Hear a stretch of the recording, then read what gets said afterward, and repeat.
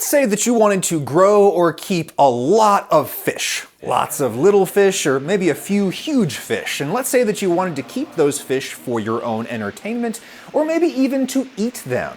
And let's say that you don't have a pond or anything to grow these fish. Well, what should you do? Try looking down. That's what Nick Tobler did when he and his brother Chris moved into this house their grandfather built.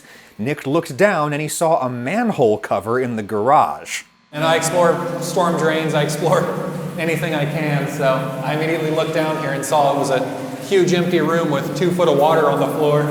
So right away I knew I was going to do fish. This was, of course, not a fish tank originally, but a cistern. One of the oldest critical human technologies, a cistern. We all need fresh water, and in the absence of a pristine, fast-moving mountain stream or something, generally the best bet for getting potable water without advanced technology is collecting the rain. I mean, yeah, you can dig a well and pump up groundwater, but not every place has clean groundwater, and not every place is diggable. And for whatever reason, they just could not dig wells in this Kentucky suburb just south of Cincinnati, Ohio.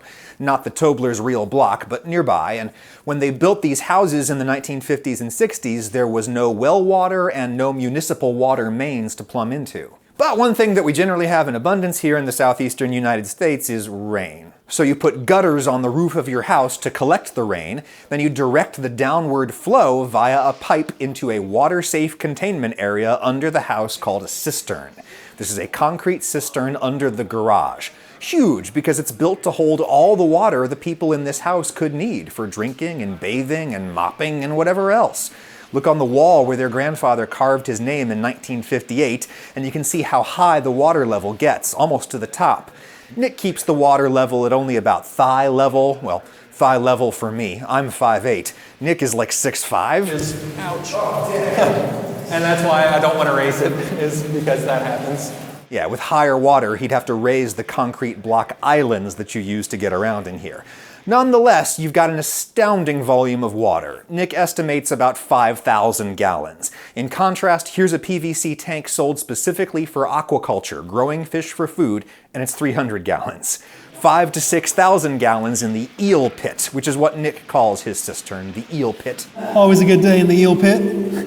And it is big for a home cistern, no doubt. But if you live in an old house, look around. There's a not terrible chance you might have a forgotten cistern somewhere. And you don't have to keep fish in it, you could just drink from it. But Nick and his brother Chris grew up tromping around local streams and becoming very knowledgeable amateur naturalists. Check that out.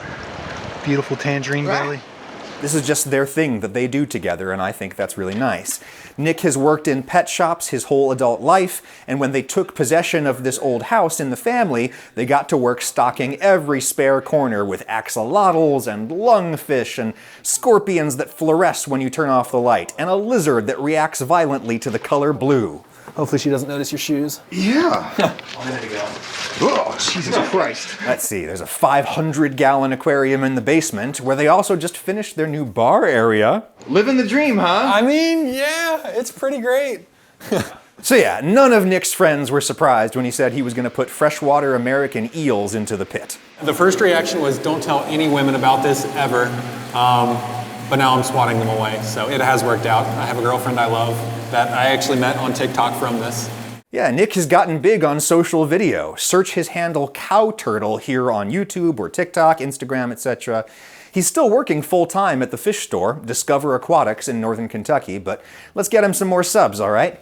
Nick eats fish, he loves sushi, but he does not plan to eat any of these fish. These are his pets. I've got 2 diamond sturgeon, 2 albino sterlets, and then a bunch of gar sitting in the back corner. They always hang out back there. The gar are the ones that look like alligators. This one nibbled gently on my feet.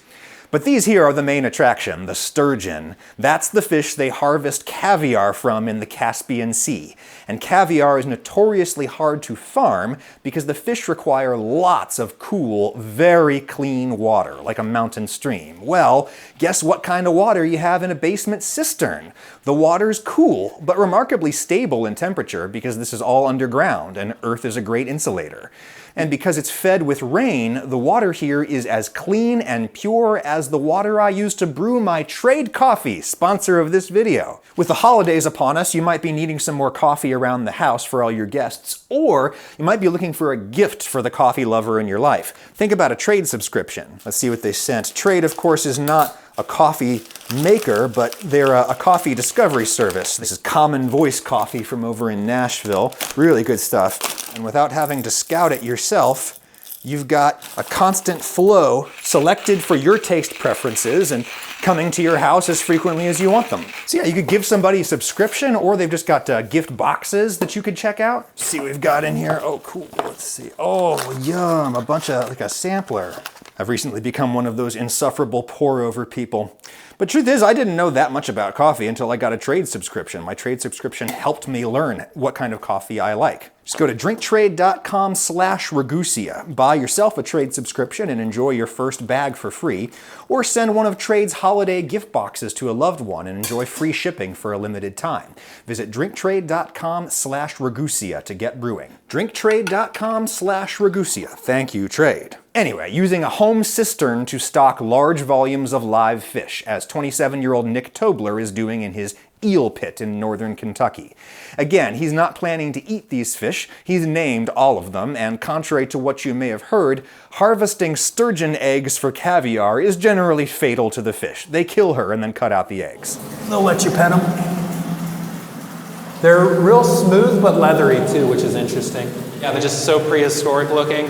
That's why I really love the guard too, is they're just dinosaurs with fins. Also charmingly primitive are these blue crabs that Nick literally saved from an Asian market. Not gonna cook those either, but he could. He could cook the catfish that hide in the cinder blocks down here, but we both agreed that the best food fish for a setup like this would probably be trout, delicious and productive freshwater fish that likes the cold. Most of the fish that we eat are actually cold water species. Fish evolve bigger in cold water. Even in an outdoor fish farm, like this one outside Cincinnati, the water gets hot in the summer and that limits your options. The cistern water stays between about 40 and 60 Fahrenheit year-round. The biggest challenge with any aquaculture system is water quality, keeping a dense mass of fish together without letting them poison themselves with the ammonia from their poop. You have to keep the water clean. For Nick, that mostly just involves pumping dirty water back up and letting clean rainwater fall back in. And if there's no rain, he's always got the garden hose. It's easy. All my water changes I just do over in that corner, and then over in the right corner is just a pump on the ground, plumps it up into that big white tub up top. In the garage above, he's got this plastic tank where he can acclimate new fish to the water or let babies grow without getting eaten.